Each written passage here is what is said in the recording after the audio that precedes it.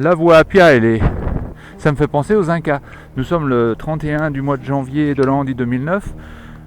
Il est 13h01, 05. La voie Appia, ça me fait penser aux Incas.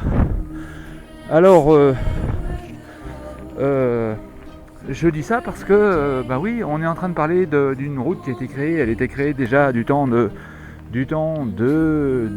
Spaghetti Spartacus.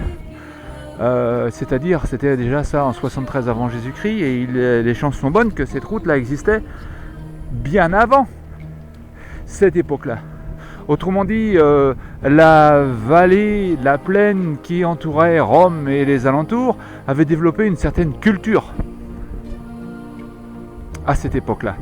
De la même façon que les Incas en Amérique du Sud avaient développé une certaine culture aussi jusqu'à l'arrivée des chrétiens. Ou je pense, oui.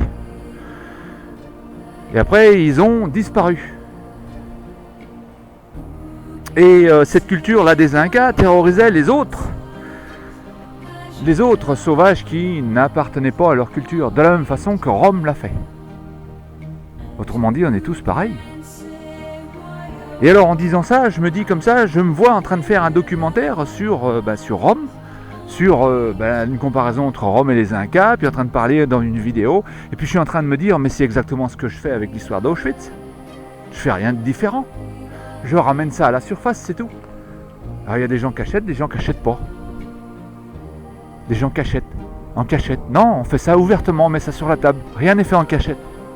Il y a des gens qui achètent et des gens qui achètent pas. Et donc, pourquoi est-ce que dans la famille ça pète des joints autant, que ce soit de la famille Livian ou que ce soit la famille Faucheux-Gallon?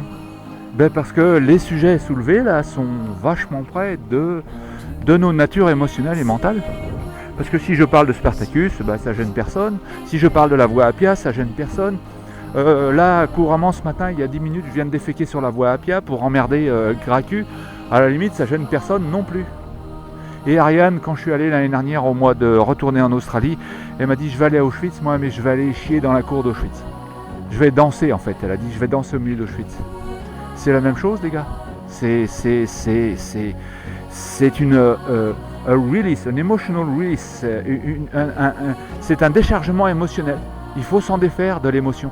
Alors on va chier sur la voie Appia, on va danser à Auschwitz, c'est pas grave, mais il faut mettre ça sur la table, il faut en parler une fois pour toutes.